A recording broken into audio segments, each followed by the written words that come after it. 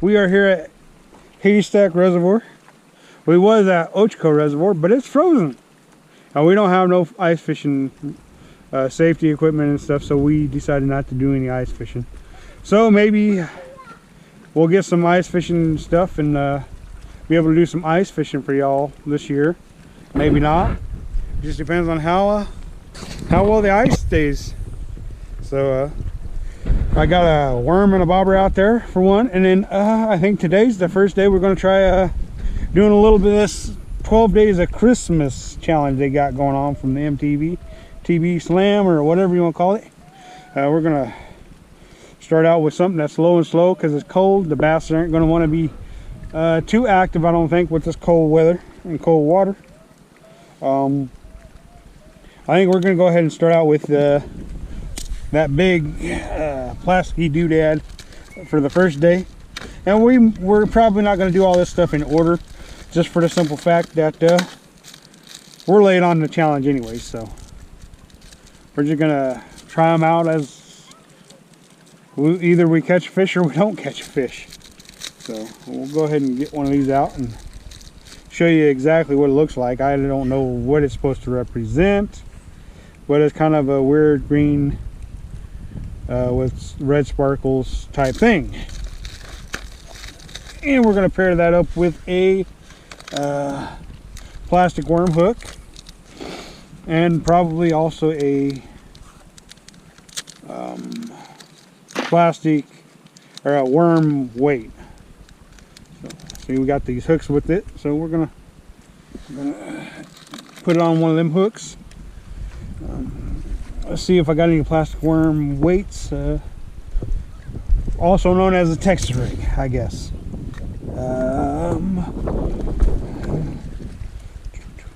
I must have, yeah. So I didn't grab any of the plastic worm weights, so we'll just go with the barrel weight and try that out with it. I don't think it's going to matter too much what kind of weight we got, as long as it does the trick.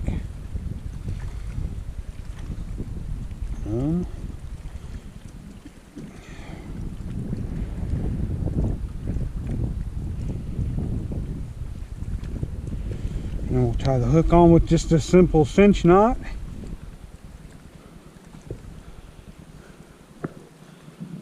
And we'll start trying this MTB Slam thing, 12 Days of Christmas.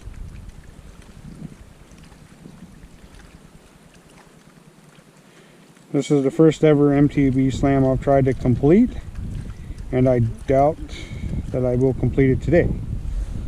But we will fish with everything until we've caught something on everything in the box. So we're just going to rig it like a plastic worm, I think.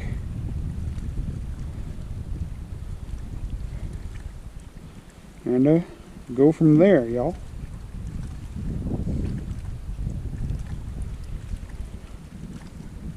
And I definitely think that it's going to have to be a low and slow day because it is cold.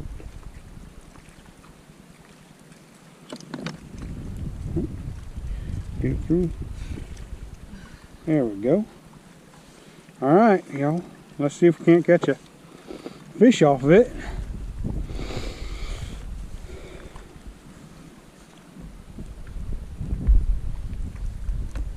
We're in what I feel like is the juicy spot. It's nice and deep here at this spot. Bass are known for being in the deeper stuff when it's cold out, so we'll let that sink down to the bottom and then we'll just kind of work it in nice and easy. See if we can't catch a fish, y'all.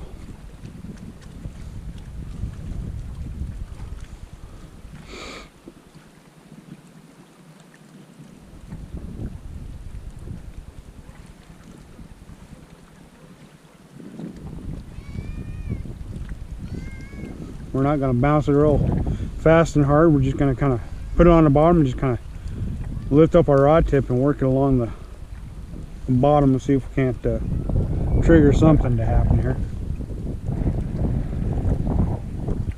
Definitely hitting bottom. So That's what we want.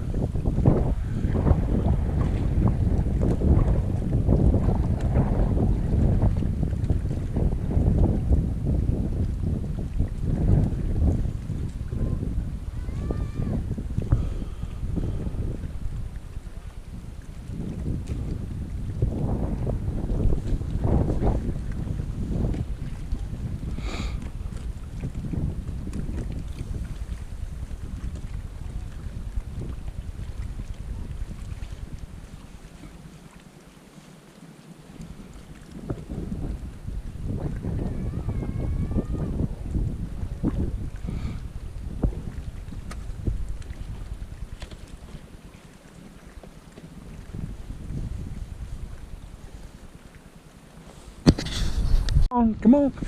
There we go. Got him. Oh, he come off. No. Oh.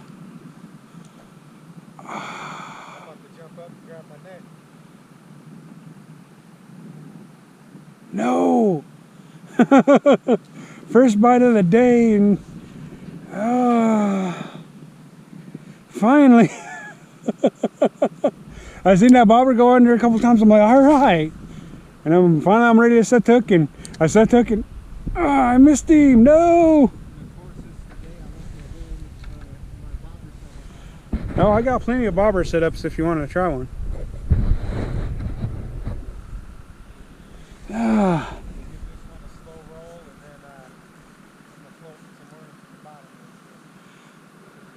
I'm like, it just wasn't nothing happening over there, so I'm like, you know what? Go try over here. Second cast with the worm and a bobber, and it was, because I had him on there for a minute. I felt him.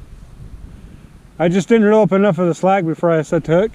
Sometimes I get too impatient, because I don't want the fish to feel it, you know, be reeling in the slack. So a lot of times I'll leave a little slack in there so he can't feel me reeling up on him to set the hook.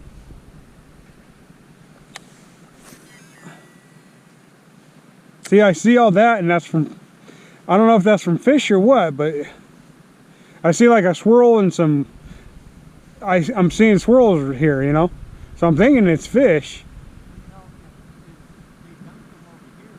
Uh-huh.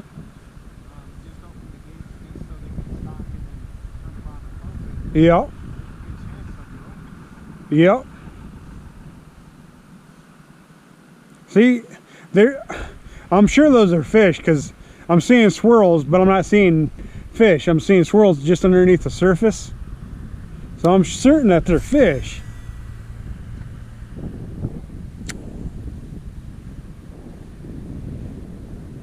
It's just finding out what they want to eat. It's like one year we were out here fishing, and they wanted marshmallows that smell like anise or whatever they call that stuff. And shoot, you couldn't keep them off the hook. Yeah, I got a couple. I got like 4 cents. Uh-huh. Anise crawfish is one of them, and then anise bloody tuna. Uh-huh.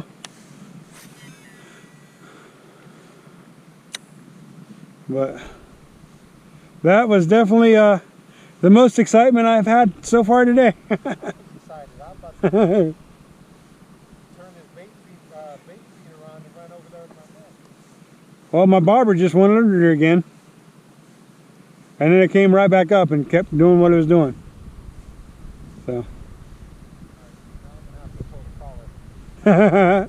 Maybe the ticket. Maybe the ticket. Uh-huh, uh-huh. What size hook are you using? Size 2. Number 2. To me, that's not a big one. To me, that's a normal trout hook.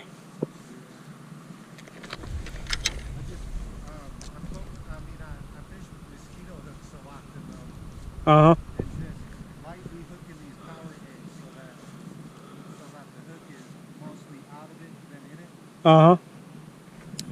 And those pins, I found just work, they just float really well. Uh-huh. Oh, you know, doing mostly trout fishing, but that size hook sounds amazing. Yeah, yeah.